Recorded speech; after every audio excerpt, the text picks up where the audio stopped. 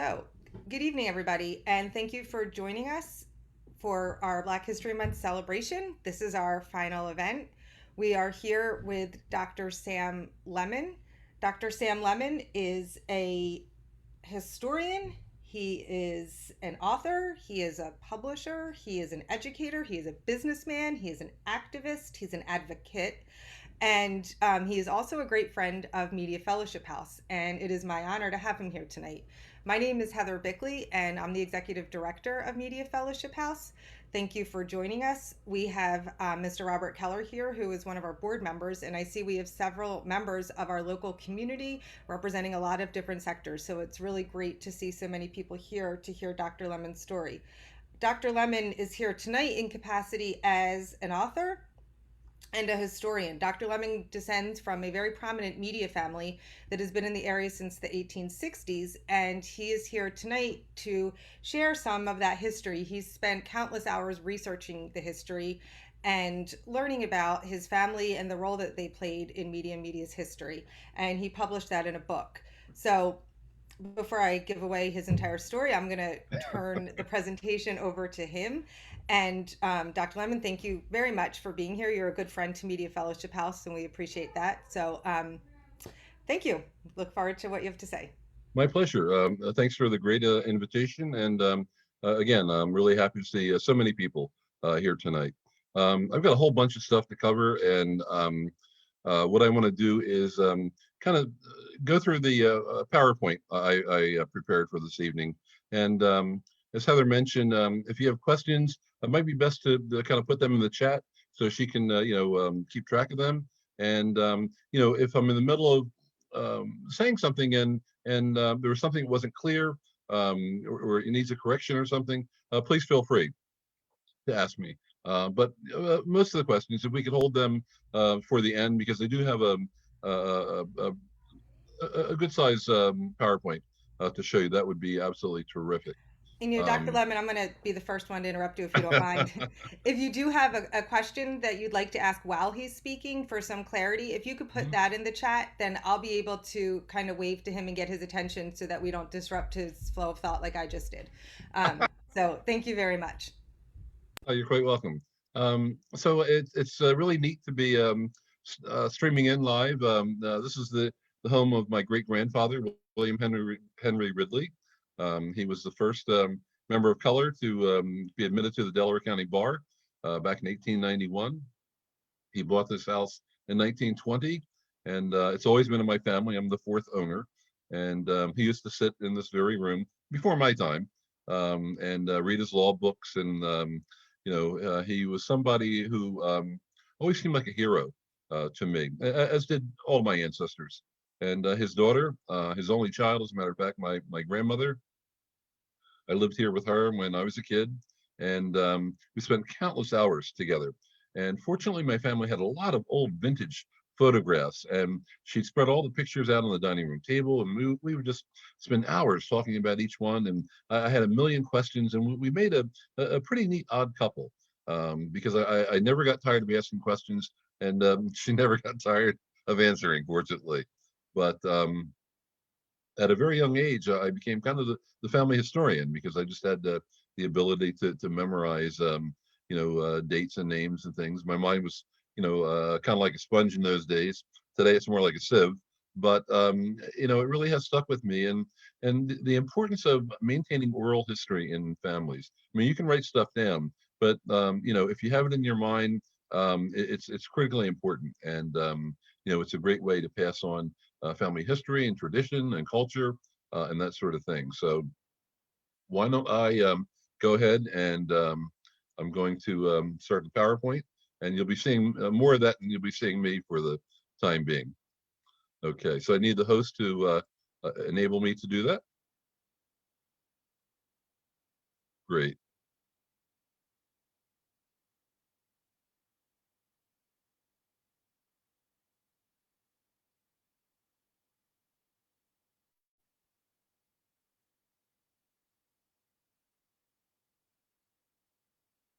Okay, there we go. So this story, which I covered in my first book, Go Stand Upon the Rock. I'm actually working on the sequel, and been a little bit slowed down by that, by current events. But it's about my family's flight from their plantations in Virginia to what they consider the promised land here in Media. And as you can see on the left, that is the slave plantation that my great great grandfather Cornelius Ridley came from. And that picture is probably from about the 1930s, before the last of the slave cabins either fell down or torn down. And he called it Buckhorn Quarters. That was the name of the slave quarters, which was located about 100 yards, I think, behind the mansion. So that's kind of where he came from. And on the right is the house he bought in 1872. My great great grandparents arrived separately in Media, and I'll explain why in a moment. But they were reunited here, and they bought, like I said, even though they arrived in the 1860s during the Civil War. After the war, they had jobs, they saved their money, they became really well respected and prominent members of the community, and they bought that house. So that house stood where the Rose Tree Media School District Ed Center is today, and right across the street from Campbell AME Church. It's not exactly on the corner of Third and Olive. It's kind of one house north on that block. But my family, all 7 generations of us, pretty much lived in both houses. We kind of had this sort of a kibbutz experience where we had family in both houses, and we were moving back and forth, and there were always lots of cousins and people to talk with, and we had really a tight knit group, and it was an incredible way to grow up. So I lived at first with my grandmom here in this house, and then later moved up to 308 and spent about 10 years living there as well. So everybody's probably seen this picture, Harriet Tubman's Underground Railroad by Paul Collins. It's a classic print. I have one in my living room, as a matter of fact. Harriet Tubman was always one of my early heroes, and I'd always been fascinated by her story. And she passed through this area a number of times, as you probably know. I would encourage you to visit Tubman Scholar, my colleague Kate Clifford Larson's website, and you can see the address there below, HarrietTubmanBiography.com, because she is the definitive author on all things Tubman. She was the historical consultant for the movie Harriet that came out a few years ago. She wrote a terrific book, Bound to Freedom. And she, on this website, not only does she provide a lot of biographical information about Harriet Tubman's life, but she also debunks some of the myths. And that's really important, because there have been a lot of myths attributed to Harriet Tubman over the years, as remarkable a person as she was. So the Underground Railroad, my family came here sort of 2 different ways. Cornelius, and I'll explain a bit more in a moment, walked here by himself. And Martha Jane and her family, her and 2 of her children, her brother and his 2-year-old, had to wait until the Union Army was marching by on the way to the siege of Petersburg. And in those days, if you can make it to the Union Army lines, they would not send you back to your previous owners. Early in the war, they did, but eventually they decided that runaway slaves would be considered contraband of war, just as if they were stolen weapons or materials. Because what they found out was, when they would return slaves to their owners, they would be used to build battlements for the Confederates, carry ammunition, do really material jobs to help the Southern war effort. So they stopped that. So a number of people tried to escape on their own. The Federal Fugitive Slave Act was still in full force, and in trying to escape, I would say, on the eve of the Civil War, about 1860, there were 4 million people, nearly 4 million people, held in bondage, primarily in the South, also in some of the North, but primarily in the South. Of that number of nearly 4 million, only 1% successfully escaped. And my ancestors, remarkably, were part of that 1%. So, how did they try to escape? In a variety of different ways. You probably read about Henry Box Brown, who put himself in a wooden box and had himself shipped to the north. Um, but for most folks, they traveled by foot, occasionally by boat north, occasionally by train, but mostly most of the people traveled by foot. And they did so during the winter or during the rainy seasons because that was the hardest time of the year to track them. The problem with that is they were poorly clothed. The few clothes they had were for southern climate, and so it was very difficult to make these arduous journeys. Many of them got sick along the way. Particularly when you think of the caloric intake that people who had just a dreadful unhealthy diet. Probably only greens and vegetables they had were the ones they grew in their own little plots. But most of them lived on high fat, high salt pieces of discarded pork and other things that the master wanted to bestow upon them. But traveling in the winter was a good way because the snow covered their tracks. Walking in water helped to hide their paths from the dogs that were following them. But again, it had a huge impact on them. So oftentimes, when people actually did make it north, they died when they got here. So we believe that we have a few folks buried in the Providence Meeting graveyard, and I've been to a couple of other great Quaker meetings in their graveyards, and they believe very strongly, if not by documentation, by tradition in the meetings, that sometimes the runaways that they were harboring died. They were just worn out by the time they got here. As people of color, people who were enslaved were not considered human beings. They were considered property. So you were not allowed to steal yourself from that person who owned you. And under federal law, any person helping runaway slaves could be arrested on the spot. You could be sent to prison. You could be fined. You could be forced to help capture runaway slaves. So even for Quakers and other whites, it was a pretty courageous thing to do. But Quakers believed that this was that there was a higher law than man's law. Quakers too owned slaves, particularly in the early days. But as the late 1600s came around, they began to, numbers of them began to advocate for abolition and felt that it was inconsistent to be a Christian and a Quaker and a slave owner as well. So Quakers are considered the first organized group to um, help actively help in the recapture of runaway slaves, and it started very early on. George Washington, as you know, lived in Philadelphia periodically in the president's mansion. He complained that Quakers were helping to try and liberate his slaves. One slave, Oni, I think her name was, last name escapes me. He spent years trying to track her down.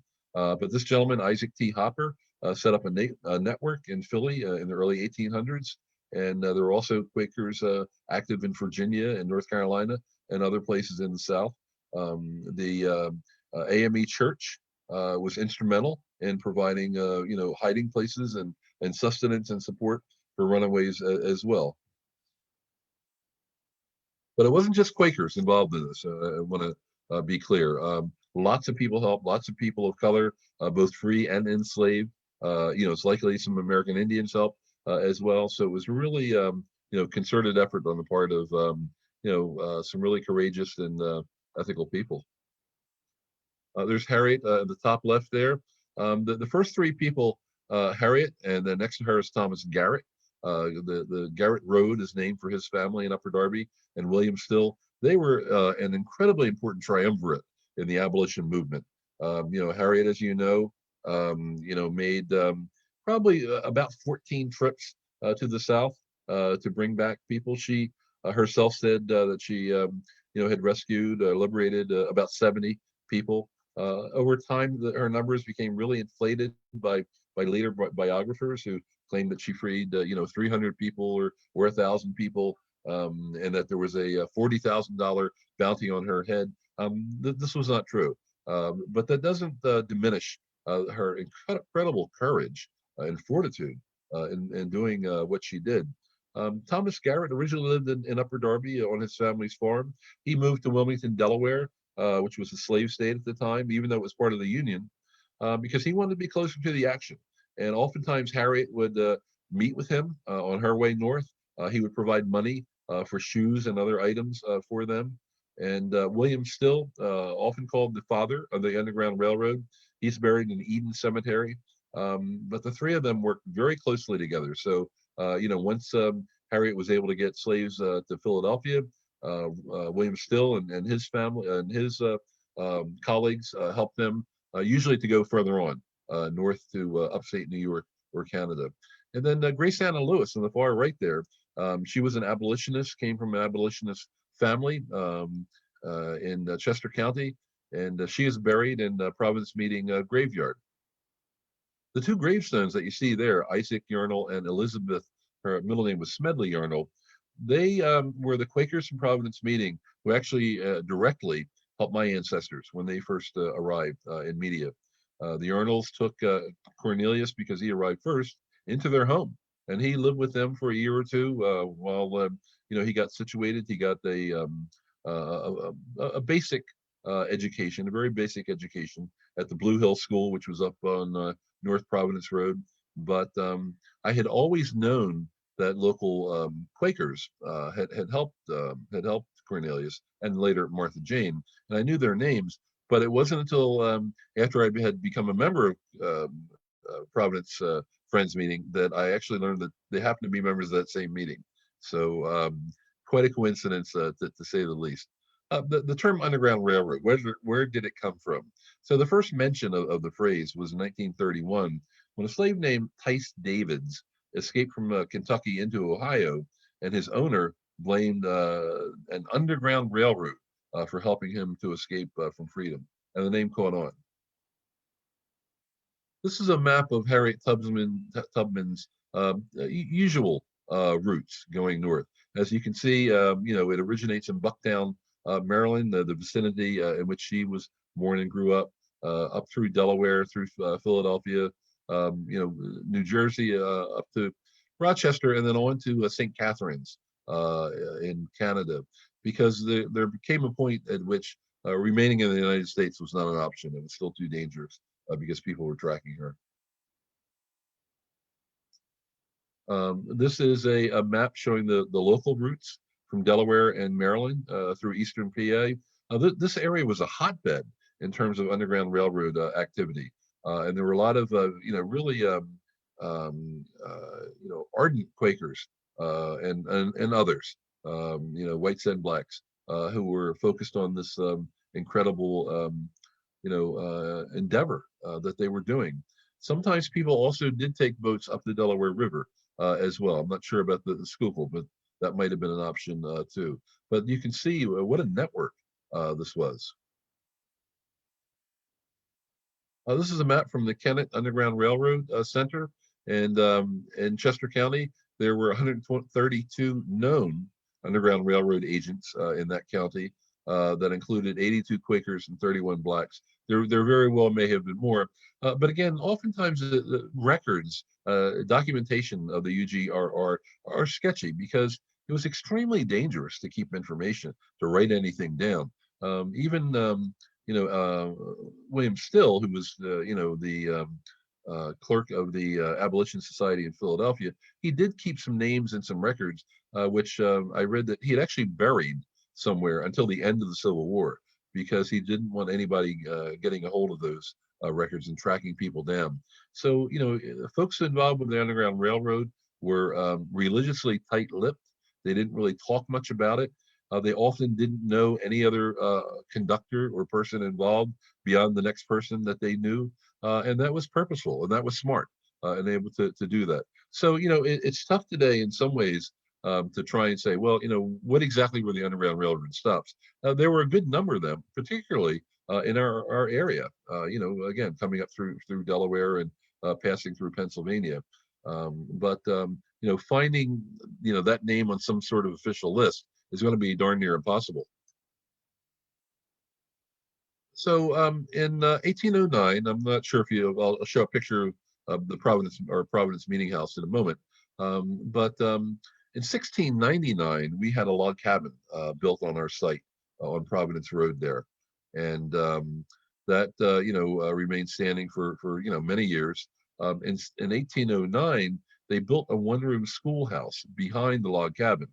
And as part of that original construction, and we know it's part of the original construction because we had a historical architect that we needed to check with before doing some modern, upgrading for heating in that room.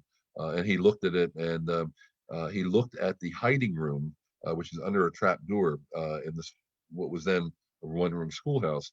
And he verified, yeah, this wasn't added on. This was part of the original construction. And the purpose was to help freedom seekers. And there's a small square hole opening. There's a heavy iron trap door on top of that, and you've got to open that up in order to climb down there. If you look on the far left, that's what was formerly the one-room schoolhouse. Um, the log cabin, was eventually torn down, and in 1812 to 1814, we had the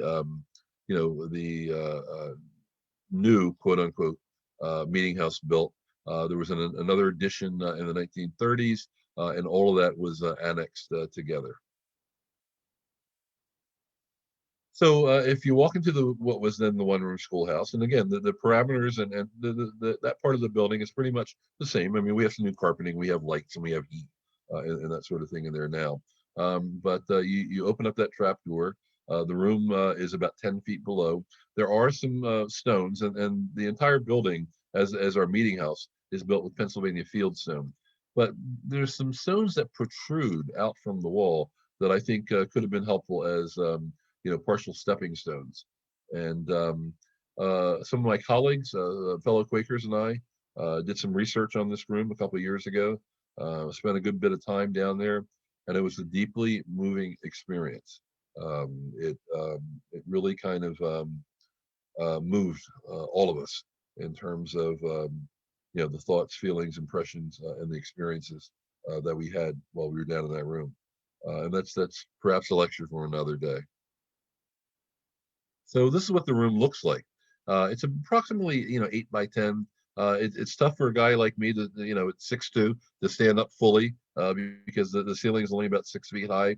There are two terracotta ventilation shafts built into the room.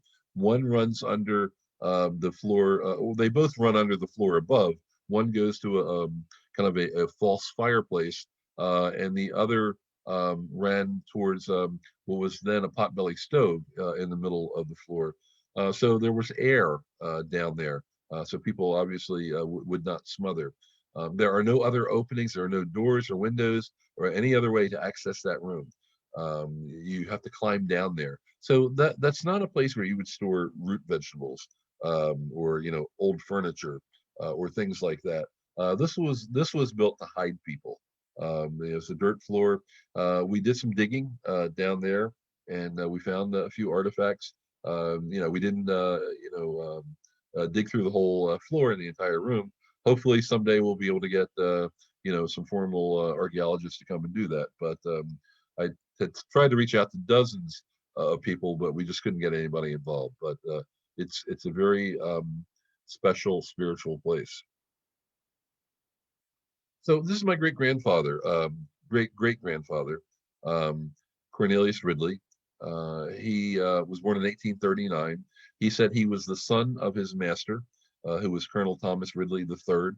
You can't really tell from this photograph, and this is actually a photograph of it's like a painting in a sense. So I'm not sure where you had this done, but the suit and the shirt and the vest, that's actually something like a cutout that you stick your head in. And I think those are really his hands. And they very well may be his feet, but it's definitely his face. But he had red hair, he had green eyes, he had very light skin. In fact, he looked so white that he was able to walk 300 miles from Bonnie Doon Plantation to Media. And he said no one ever stopped him because everyone he met assumed he was a white man. So and he didn't disabuse them of that mistaken idea. When he arrived north, somebody asked him, and this is from an old article, Mr. Ridley, are you white or are you colored? And he said, I go by both. So for the 1800s, that was a pretty sophisticated perspective for a guy who was mixed race, which today that's no big deal. This is a partial family tree of Cornelius and his wife, Martha Jane Parham. As you can see, they had 4 children. 2 were born in slavery, George Washington and Rachel Ann. You'll see pictures of them in a moment. And then 2 were born in freedom. William Henry, who I showed the photograph of you earlier, I believe. If not, I will soon. He married a mysterious woman from the Danish West Indies who came here. She was a devout Lutheran, but she was also just as devout in the island religion. So she brought with her, a belief in spirituality that has, continued to exist throughout the generations. So, my family has always kind of had a complex belief system. And again, that is very interesting, but that might be something we can chat about another day. And then, as you can see, Martha Jane, born in 1840, on a neighboring plantation, probably about 20 miles away. I'll show you a picture of that in a moment. But as you can see, she only died in 1919. He died in 1922. So, I always say about slavery, this is not ancient history. This is family history.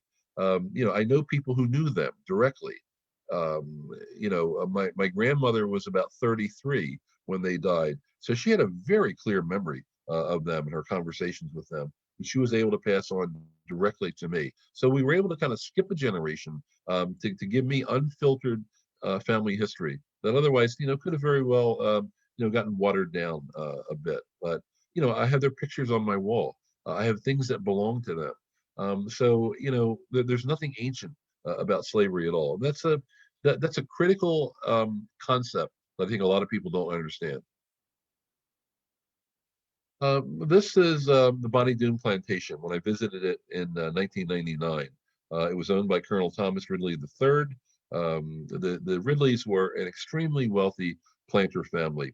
They had 5 plantations before the Civil War and added a 6th one, Violet Hill, after the war. Thomas alone owns some 300 slaves, which is an extraordinary number. Few people own more slaves than that. In fact, the average slave owner only held 5 or fewer. Slaves were very expensive to buy. And the Civil War, sometimes people will say, well, it really wasn't about slavery, it was about states' rights. No, it was about slavery. And not entirely because slavery was, abysmal and abominably wrong. But slavery was a huge money-making operation. It made billions, for the country. The country is built in many ways on slavery.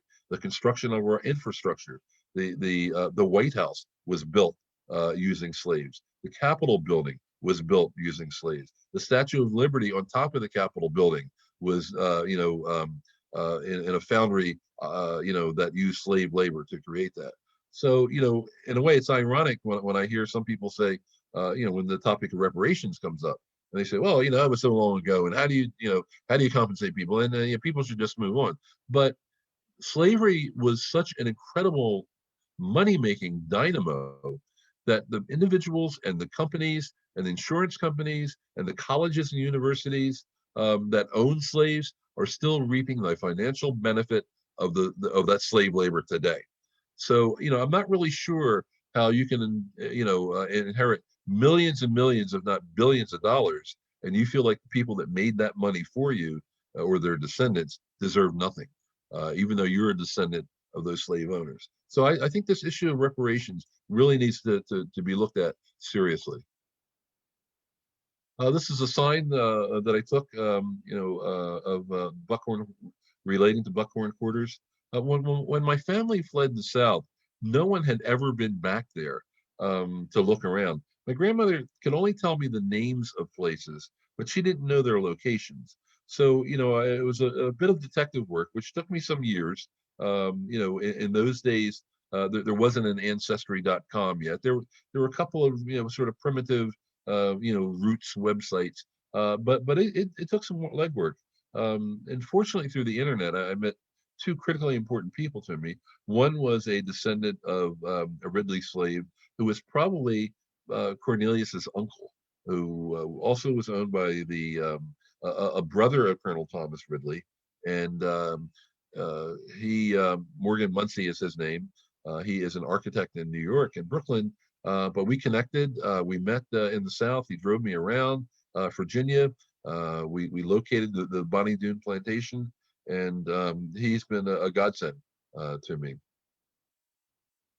But what this sign is talking about was that in the Nat Turner Rebellion, which is 1831, Nat Turner and his band, were traveling countryside trying to recruit slaves to join their effort. And he came to the Ridley plantations. There's a map of you can see the arrow marks and the plantations that he visited. The Ridley slaves would not help him. They didn't inform on him either, but one might ask, well, why would they do that? Why wouldn't they just, they must have been cowardly. They must have been afraid. The reality is they probably knew darn well that Nat Turner didn't have a snowball's chance of success. And he had almost no weapons. His victims were largely women and children, whites. He killed his own master, who he said actually treated him pretty kindly, but there was nowhere to go. The average slave never traveled more than 5 miles from home. So if you wanted to run away, where would you go? How would you get there? And if you wanted to move an entire family, or say if all the slaves in this area wanted to escape together, how would they travel? Who's going to feed them? Who's going to direct them to the right path? Who's going to protect them? How do you get weapons? I mean, there are an extreme number of practical and organizational and strategic problems that you would face, which is why most slaves ran away individually or in very small groups. Turner, by the way, of course, was captured in about a month's time, I think. He was drawn and quartered. Pieces of his skin were given away as souvenirs to make tobacco pouches out of them. About some 200 slaves who had nothing to do with Turner's rebellion were also executed just because they were probably involved, or they might have been involved. So again, you had a no-win situation if you were an enslaved person.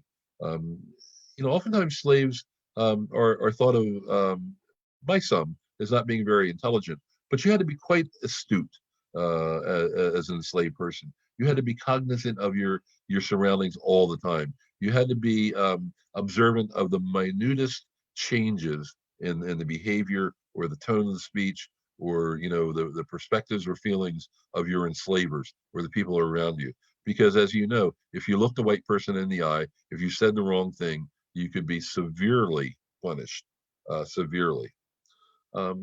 One of the other problems with trying to do slave ancestry genealogy is a lack of names. Now, sometimes names are present, and I'll show you a list in a moment.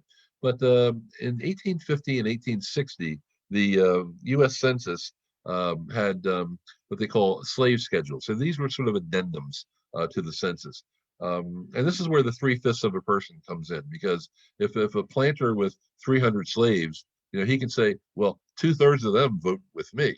It helps in terms of congressional, appropriations and, political influence and things like that. So slaves aren't listed on the slave schedule by name. They're only listed by, age, gender, and color. But of his 300 slaves, I found a 12-year-old mulatto male. There are only about a dozen mulattoes out of those 300. That could very likely be my ancestor, Cornelius, because he's at the right time, the right designation, he's at the right age.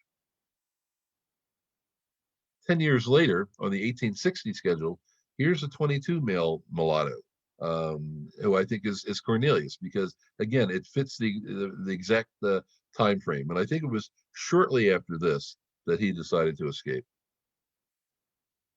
This is his wife, Martha Jane Mason Parham, and they were married in the South. They had a jumping the broom ceremony, which was not considered legal under any circumstances in the South.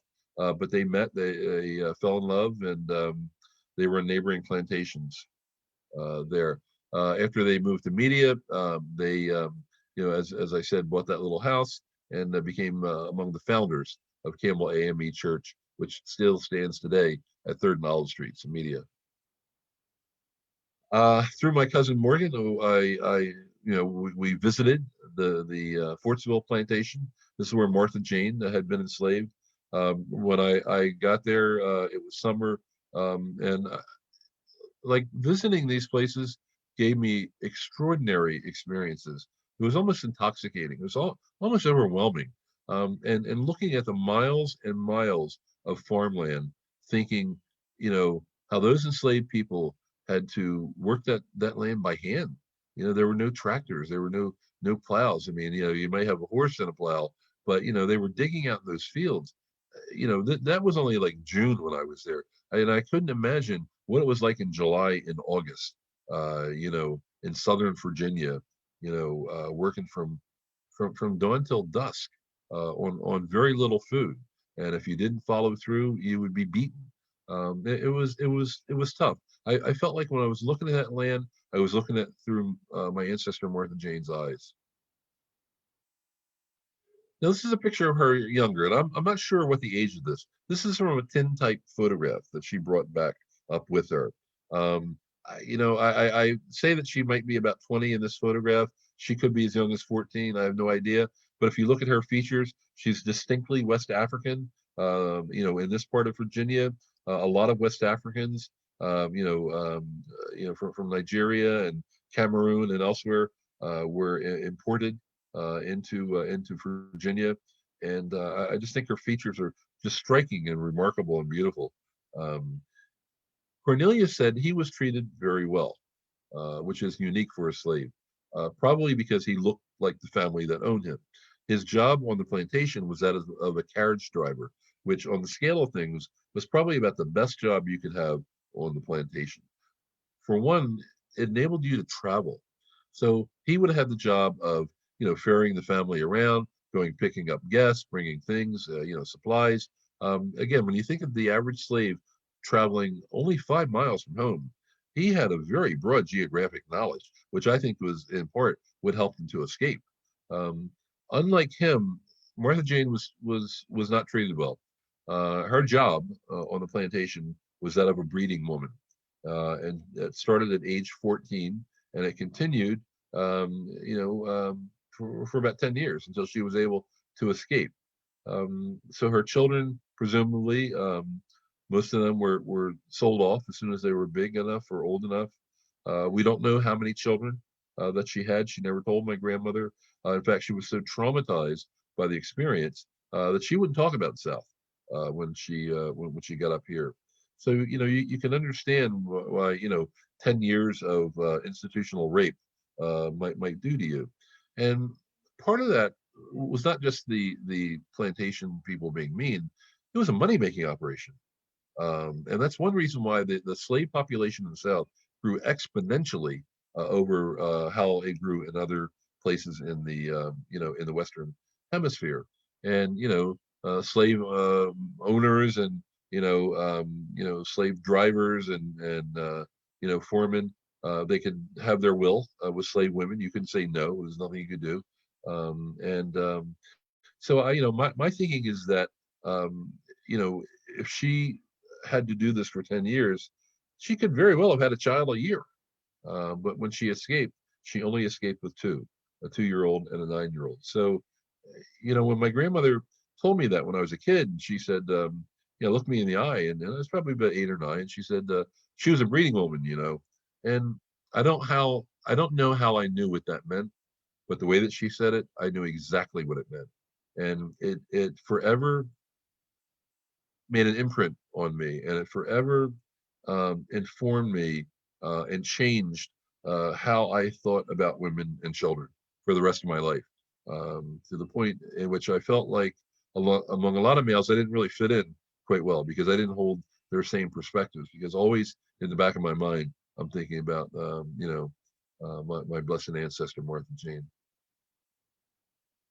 So this is the slave schedule for the Mason plantation. So John Y. Mason, who was the owner of that plantation and another one in Mississippi. He was a U.S. Attorney General, Secretary of State, a minister to France, and also an attorney, a judge, I think, at one point. But he wasn't the brilliant businessman that the Ridleys were. So he was often spending far beyond his means, and so he often rented out his slaves or sold them. As you can see on this schedule, there's only about uh, 10 or 11 slaves there. But in 1850, this one that I've highlighted, this 10-year-old black female, I think there's a real good chance that's my great-great-grandmother, Martha Jane. So I found this valuation, it's called, of slaves in the estate papers of John Y. Mason in 1840. And so this is just a kind of a list of the slaves by first name only, and their ages, and what they were worth to him financially. And the first thing that struck me was this one, number 19. It's either Izzy or Lizzie. I'm not sure what it is because of the handwriting. Was 70 years old, and she was worth zero. This is a human being who probably worked 60 years of her life or more. Now that she's 70, she's worth zero. I mean, you could boil the bones down in her body and get more than $0 from that. It's astonishing. I mean, this idea that these people who work all their lives could be worth nothing. It's sometimes this genealogy involving our slave ancestry can be pretty heartbreaking. It's tough, but it needs to be done. So this is a close-up, and so I looked at one of these calculators that compares historical dollars in various years to contemporary dollars. So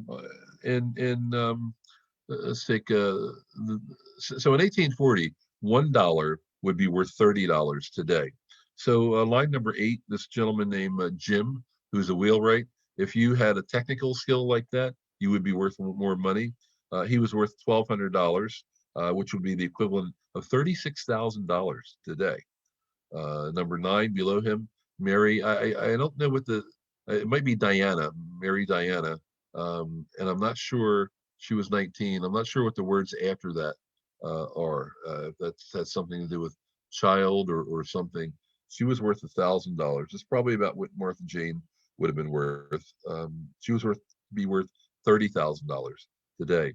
And even the child on line 12, Mary Jane, at the age of 5, was worth $200 in 1840, which would be $6,000 today. So, when people say, "Oh, the Civil War wasn't about slavery," yes, it was, and this is a big part of the reason why it was, because these enslavers didn't want to give up this money.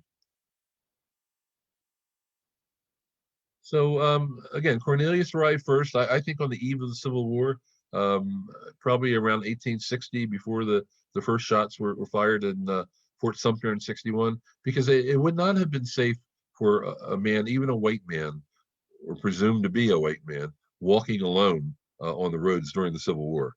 The Southerners could have thought he was a spy, or maybe the Northerners could have thought he was a spy, or he could have been press ganged into service, the serving one of the two armies. So I think he probably left on the verge of the Civil War, and I don't think he asked permission. I think he just left. In part, I think that he knew it was the right time to go, and he and Martha Jane must have planned this. But also, he had a beautiful sister, my grandmother told me, who was sold to someone in New Orleans, and I've been tracking her all my life.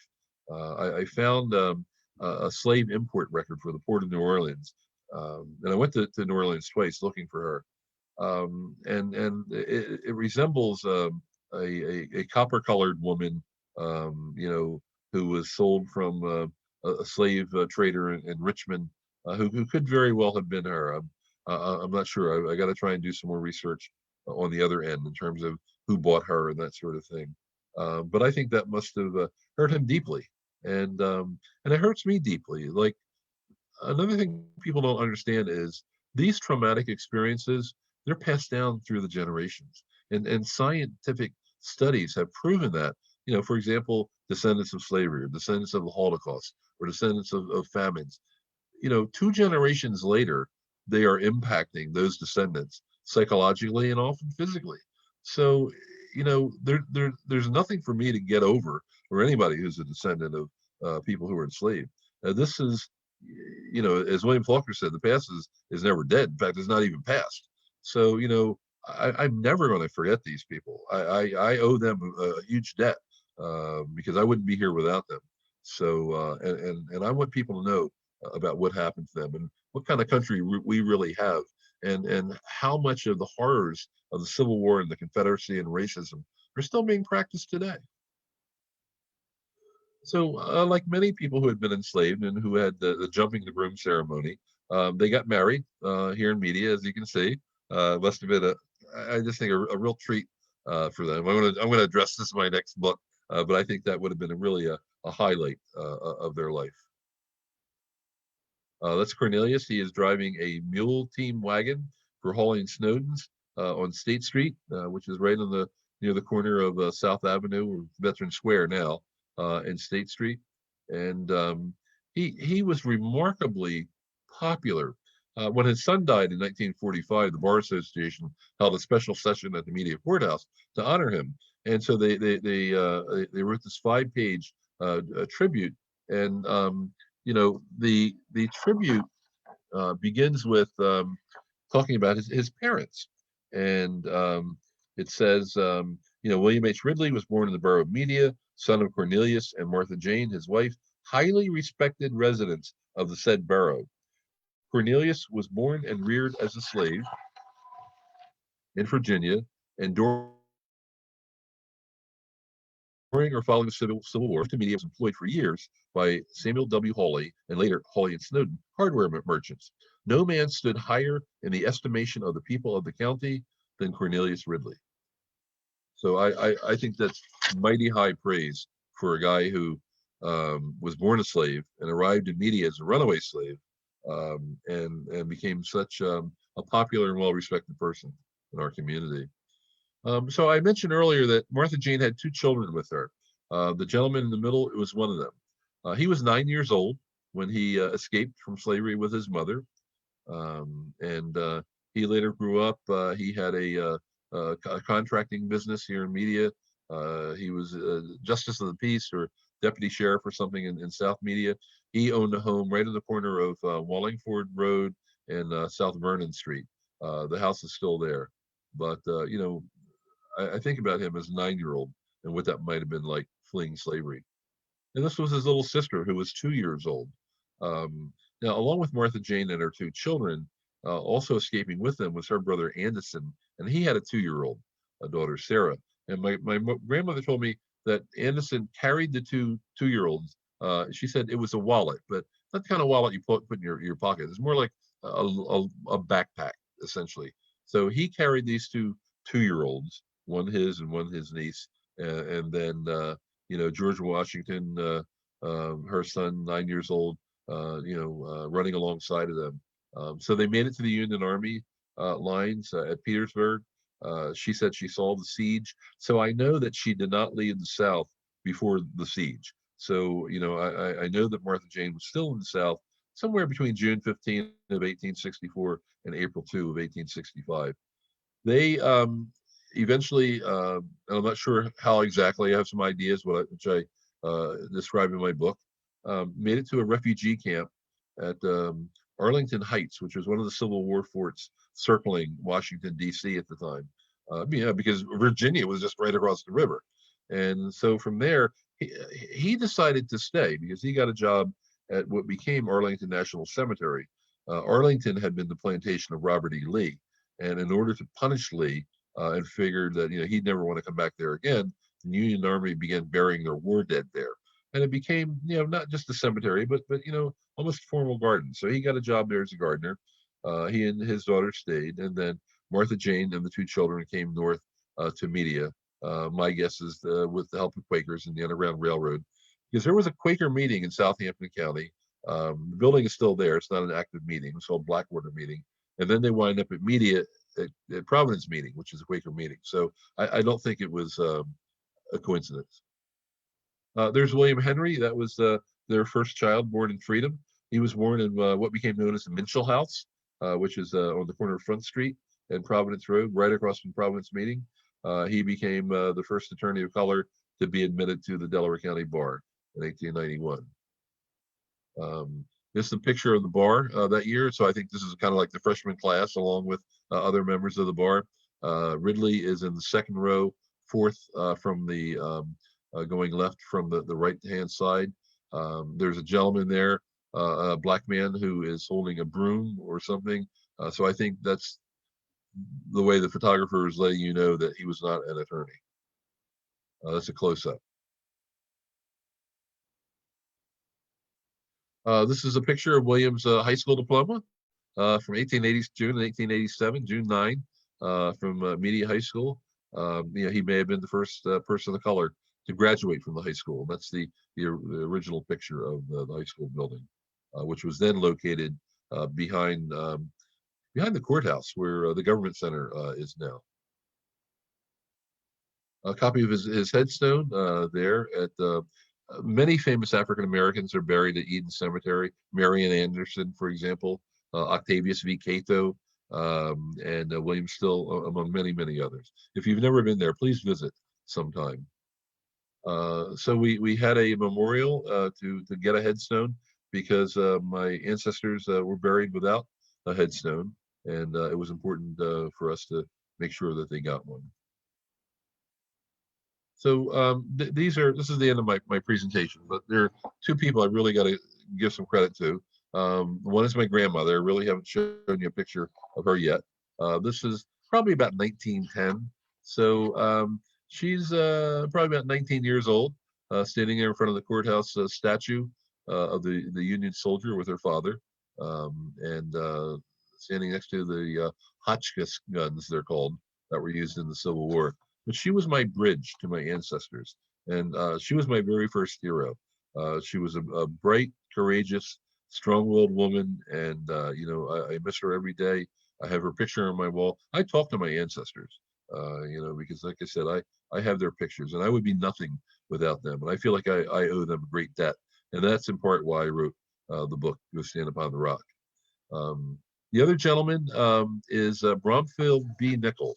So Brom and I met online. Never, unfortunately, got to meet him in person, but he's also a direct descendant of Colonel Thomas Ridley III, who was the father of Cornelius, and he was his family's historian. And we met online, but we just struck up this warm relationship, and it was really, really quite wonderful. And I just want to read you a paragraph or two about him.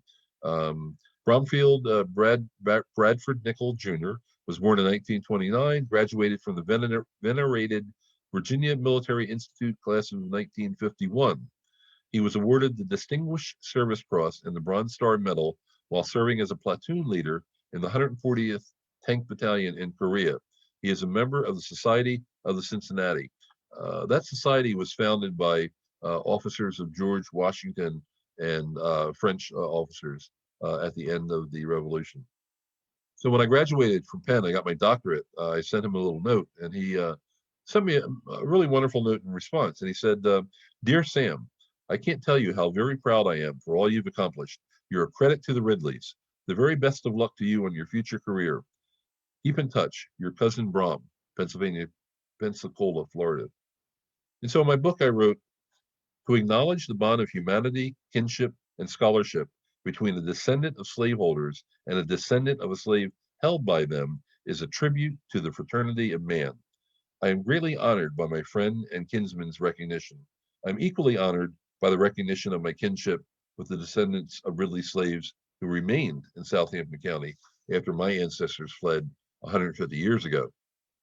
The other thing that Cousin Brom's courageous act of kindness accomplished was to allow me to finally give myself permission to accept my white ancestry, which I had never truly done before. Although I've always been proud of my other ethnic ancestors and have always considered myself to be a mixed race, perhaps like many descendants of slaves, I could never bring myself to recognize my white ancestors, who likely became members of my family through conquest rape, or subjugation, and I harbored deep and immutable resentment toward them for doing so. However, after reading the landmark work Ridley of Southampton, which is the genealogy of the Ridley family, which Braun was co-author of, a bright, distinguished, and enlightened man, a father and a war hero, I could no longer find a reason to hate an entire clan of people I had never met. With this chance encounter on the Leviathan internet, I became worthy of the Ridleys, and they became worthy of me. Brahm's simple act of benevolence liberated me from decades of anger and resentment. It was an act of emancipation for one who had never been a slave, by one who had never been a slave owner. It was a peace treaty, long in coming, yet well worth the wait, and I believe it meant as much to him as it did to me. So here's a picture of my book. There's tons more information in there. I had an ancestor who fought for the U.S. colored troops, which I believe Martha Jane very well may have met at the Siege of Petersburg, because she carried water for the Union soldiers and did laundry. Her brother Anderson cut wood and drove wagon for the army. So you'll find just a phenomenal amount of information about there. It's historical fiction based on solid, definitive historical research. And then on the right, the case that shocked the country. My great-grandfather, whose house I'm living in now, William H. Ridley, was appointed by the court to represent Alexander Maclay Williams in 1930, who had been falsely accused and convicted of the murder of a white school matron at Glen Mills School, where he had been interned for 4 years.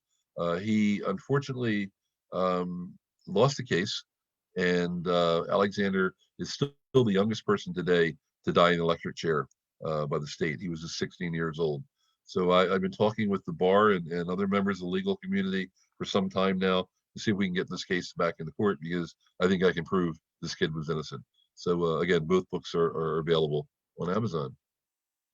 So thank you very much for sharing this journey. Thank you, Dr. Lemon. And I know that we do have some questions. I do want to actually start by um, thanking you for sharing your books at the very end of the presentation for two reasons.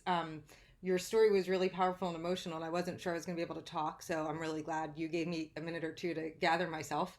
But also, thank you for being so very generous with your time and your story.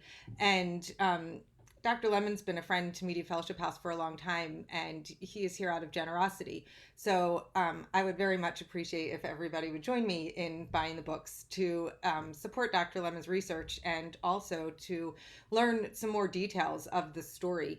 I have about 17 questions I wrote down, but I'll call you sometime and we'll go over that ourselves. Of your own, okay. Definitely want to talk to you about the Okay. religion and the kibbutz, but I do want to answer the chat questions though. great. Yep, exactly. One of the things that I did want to point out, though, when you were talking about the value of life and you pointed out the woman, before you'd even started talking, what struck me was just the idea of valuing life monetarily to begin with. And, um, so much of what you said brought me right back to a talk we had last week with Dr. Flynn. She spoke to us about racial trauma and generational racial trauma and how DNA has changed. And it's very powerful and moving. And if it's a topic you're not familiar with, anybody in the audience, I highly recommend looking it up. And you can look up Dr. Flynn or the video. I know I'll keep talking about that, so I'm going to stop. But I did want to two quick questions that were point that people asked about in the chat. The Masons and the Ridleys, are they the Masons that are the same Masons that are in media now? And the Ridleys, is that Ridley that we see naming towns and creeks and parks in our area? No, the Ridley name comes from England, and I mean the Ridleys themselves came from England in the 1600s, probably about the mid 1600s. They come from a very long, distinguished line of soldiers, jurists, landowners. They go back to the time of the Norman Conquest, actually. And Cornelius's white grandfather fought at the Battle of Brandywine with the 6th Virginia Regiment. So it's an interesting connection. The Masons, I don't know the genealogy of the Masons. I do well know some of the Mason family. Slaves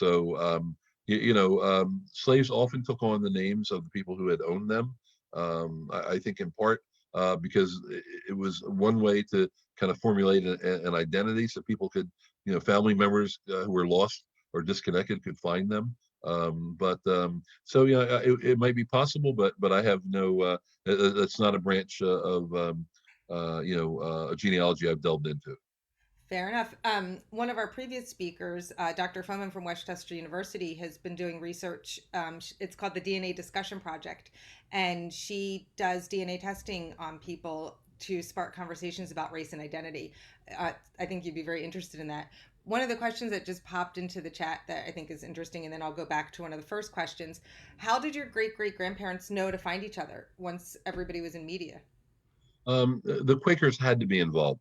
Like I said, Blackwater meeting was very close to Cape Ron, so I'm sure probably Cornelius met them first, and then he and she talked.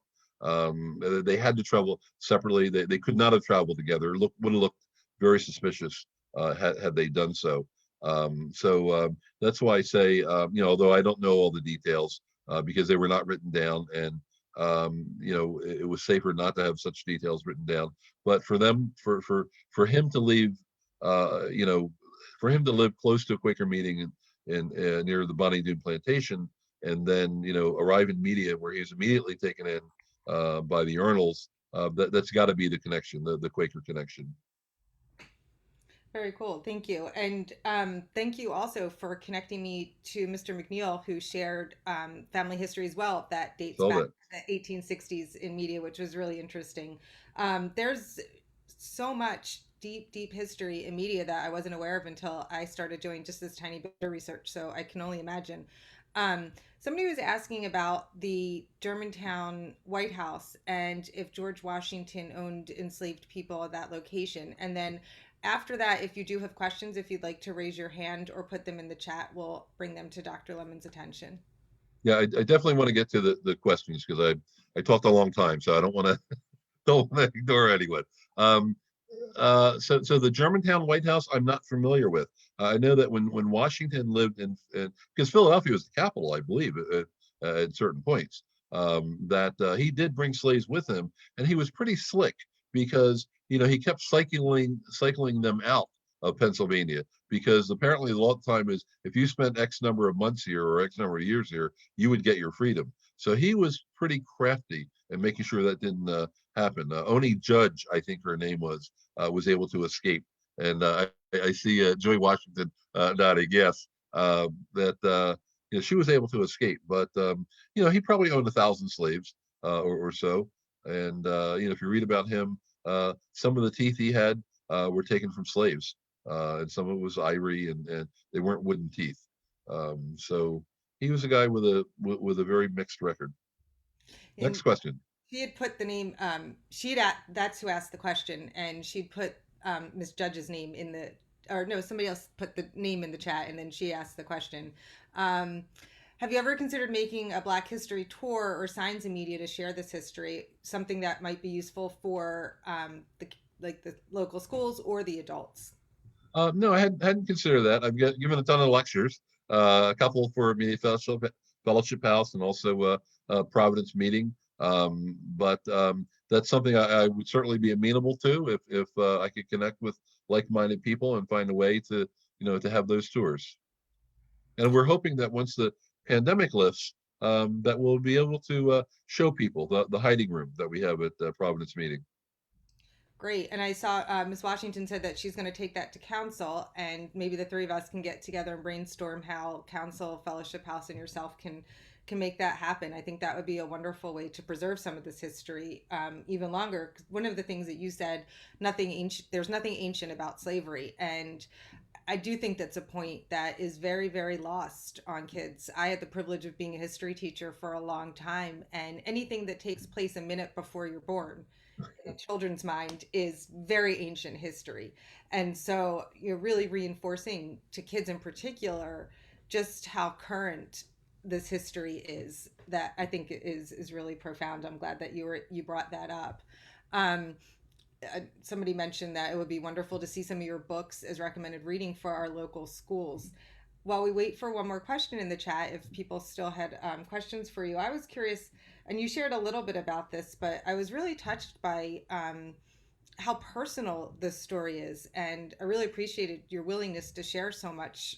And I'm sorry, I'm going to ask you another very personal question, but what does it? What are the emotions that you run through you as you visit these places or tell your story or write the book? It's easy to tell the story, because it's a story that needs to be told. Many of us have remarkable heroes in our families, and genealogy is a great way to connect with them. We owe it to them. The hard part was visiting those plantations, seeing those things, seeing those places that my ancestors saw. There's a big spirituality part to all this too. I had some deeply moving experiences, as I mentioned, at Fortsville Plantation, but also at Bonnie Doon.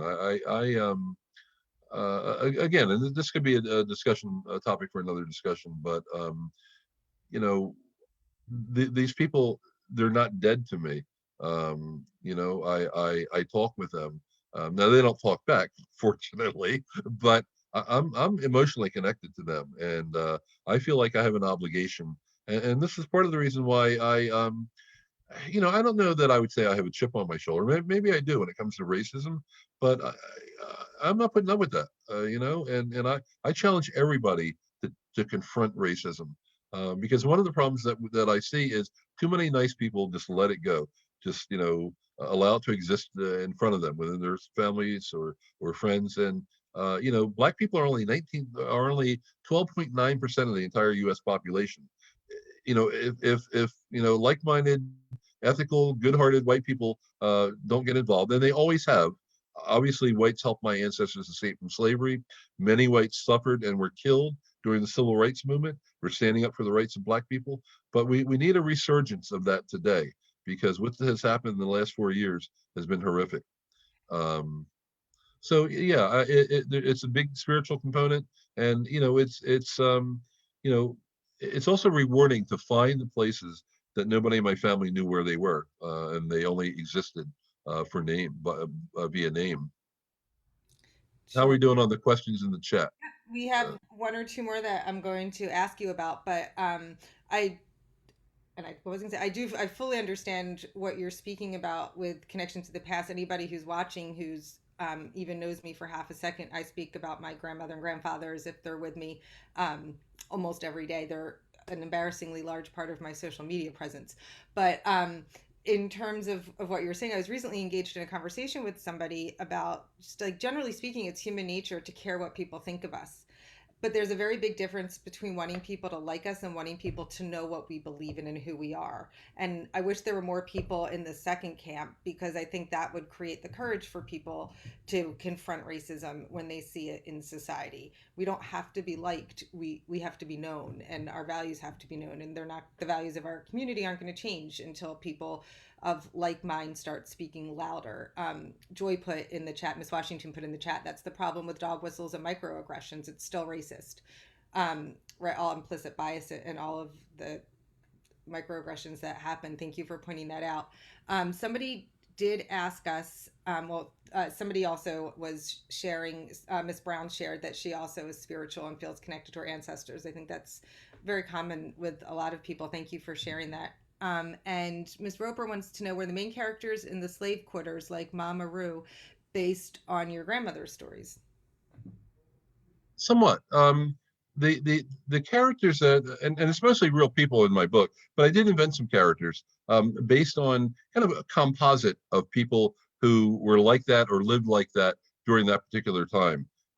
There's a book, Susie Taylor Williams, maybe her name is, a black woman's life during the Civil War. She was very much kind of looks similar to my great great grandmother, but she wrote a book about her, involvement as a runaway during the Civil War, and spending time with the Union Army, and I think she did laundry for them too. So I tried to pick real aspects about real people and put them all in together as composite characters. There was a guy, Deacon Ferryman, who there were kind of like journeyman preachers who would sort of ride circuits and pass messages along, and he was a guy that um, it was I was laying in bed one night, and it was like he walked in the door, and I thought he looked like Chicken George from Roots, and it was like he was almost telling me this entire background story. And then when I got up the next morning, I was just like scribbling it all down. That book wrote itself. I mean, it was intriguing to me. It was incredibly easy to write because I just listened to the characters talk and I wrote down what they said. So these are real life truths. And part of a speech that Deacon Ferryman gives is actually a quote from one of the U.S. government the slave narratives that were recorded in the 1930s. So I put it in quotation marks as if it was coming from him, and I properly cited it at the end of the book about what happened to his mother when they were being chained together and being forced to walk from like Alabama to Texas, and how the slave master whipped and shot her mother because his mother broke down from exhaustion. I mean, these are stories that need to be told. The bulk of the book, like I said, is based on real characters. I also researched everything authentically: the weather, the crops, the meteorology, banking, transportation, any other aspect about the book. The kind of rocks, the rock outside of Mama Ru's house, like because I wanted to make sure this book, even though it is historical, it is a novel, but it's based on solid academic research. Much the way James Michener and other people write. So, like I said, I fell in love with those characters, and um, towards the end when I was writing, particularly there's the scene where Big Man, who was mute, who finally says one word. I was crying. I would cry when I would read that book because I just the humanity from those people. So I was just kind of channeling what they said. It was not something I had to make up. Like I said, it was remarkably easy to write because I was just eavesdropping on what people like them would have said. It sounds like a very personal story, and I know I'm an avid reader, and I know how emotionally connected I get to books that I read. So I can only imagine the depth of connection that you felt writing about your ancestors and how emotional that was. Um, and I did want to point out that somebody did share with us that both of your books are in the Pencrest High School library. So our next step, I guess, would be to get them into the curriculum. Um, and Ms. Taylor wrote a nice paragraph that I'll make sure we save the chat to thank you for sharing your story and about what it must have been like as a young boy to, spend your life developing this talent and this passion, and to thank you for that. Um, so I see that Laura Taylor, her last quote. Yeah, I'm kind of weird, Laura. I don't know why. I don't know why I was fascinated so much about this as a kid. I just again, it spoke to me. I mean, I live in the house of my ancestors. I feel their spirits. I feel I just love them immensely. When I go to bed at night, I look at their pictures. I tell them I love them. I ask them to lend me their courage and their wisdom and their strength. I would be nothing without them, or my grandmother in particular, who she was not like a warm, cuddly cookie baking grandmom in any way. She had 8 kids during the Depression. She was tough as nails, but for some reason, she and I had this special relationship, a special bond, and I love her to this day. So, I would encourage everybody to look within your own families for heroes because they're there. And genealogy is a way for us to speak on behalf of our ancestors because they want to be known to you and they want to have a voice. And this is a way that we can do that for them. And I think that's a really wonderful way for us to end our conversations.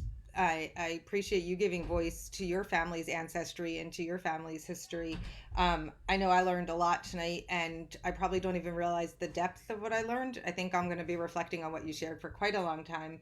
And I'd like to invite you back to talk about a couple things. Your story about Alexander Maclay Williams, you shared a little bit about with me before. That's fascinating. And I'd love to have a conversation about reparations and racial trauma. I think it's time we have that conversation as a community, and I think that would be interesting. So we'll make sure that you and I talk about that. I want to point out again that Dr. Lemon's books are available on Amazon, and he has is continuing to do research, and he's local in the community, so you can always see him walking around as well. Um, so again, I'll also very quickly, coming up, we do have another speaker coming up in March. I had to think about what month it was. Next month, March, our social justice speaker is Dr. Monica Miller Smith, and she's going to be speaking about similar to what we did in January with raising anti-racist children. Dr. Miller Smith talks about creating an anti-racist community, and so she shares very similar strategies, but instead of aimed at parents to children, it's aimed at community members working together. Um, but again, Dr. Lemon, what you shared with us tonight was very, very moving. I really appreciate your time and your generosity. And I want to thank all of you for joining me and joining us, joining Media Fellowship House for this event, and for putting such a wonderful end to our Black History Month celebration. Thank you for sharing your history and local history, Dr. Lemon. We really appreciated you tonight. Thank you so much, and I appreciate every single person that showed up. And as a college professor, I know I can talk long, but I hope that it was meaningful to you. And I just really, we're a community. We're a family of human beings, and we're all part of that one human family. So, thank you for listening to my story, and I hope you'll share yours. You can always reach me. Probably the best way would be at LEMONS, that's lemons, all one word, at Newman, NEUMANN.edu. And, I check my work email every day since I'm working from home. Can I I just, certainly, Sam, certainly can I appreciate just you say, being here. Sam, I just want to thank you also for coming here tonight and speaking on behalf of the Media Fellowship House. We're so happy to see you. And I also want to let the public know that both you and Heather will be speaking this Friday at the Bar Association. There's going to be a Black History Storytelling. Zoom this Friday from 3 to 4. It's open to the public. And so if you enjoyed Sam today and you'd like hearing from Heather, they'll be there at our Bar Association. That's open to the public. And if you'd like to, if you didn't catch thank you, Mr. Keller. Mr. Keller is one of our board members and a member of the Bar Association. If you were unable to catch Dr. Lemon's email address, or if you'd like information about that event on Friday, you can contact me, Heather, at mediafellowshiphouse.org, or through any of our social media, or through our website. Dr. Keller, thank you for being, or Mr. Keller, thank you for being here. Dr. Lemon, once again, thank you so, so much for being so generous with such a personal story. I know, like I said, I'm going to definitely be thinking about a lot of what you shared for a very long time. So thank you for that. I appreciate it. And thank you all for being here. I appreciate you for taking the time to hear these stories. Have a great night, everybody. I hope you'll join us at our next event. Thank you. Take care.